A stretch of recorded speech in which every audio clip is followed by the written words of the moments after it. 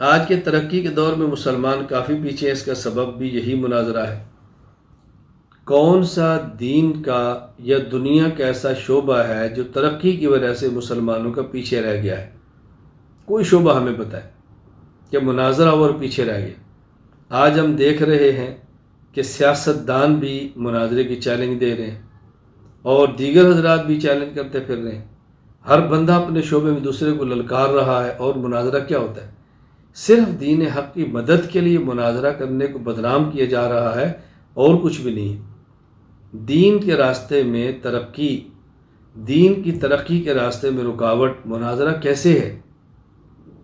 مجھے آپ بتائیں، دنیا کی ترقی کے راستے میں رکاوٹ مناظرہ کیسے ہے؟ یہ ساری باتیں مناظرہ نہ سمجھنے کی وجہ سے ہیں۔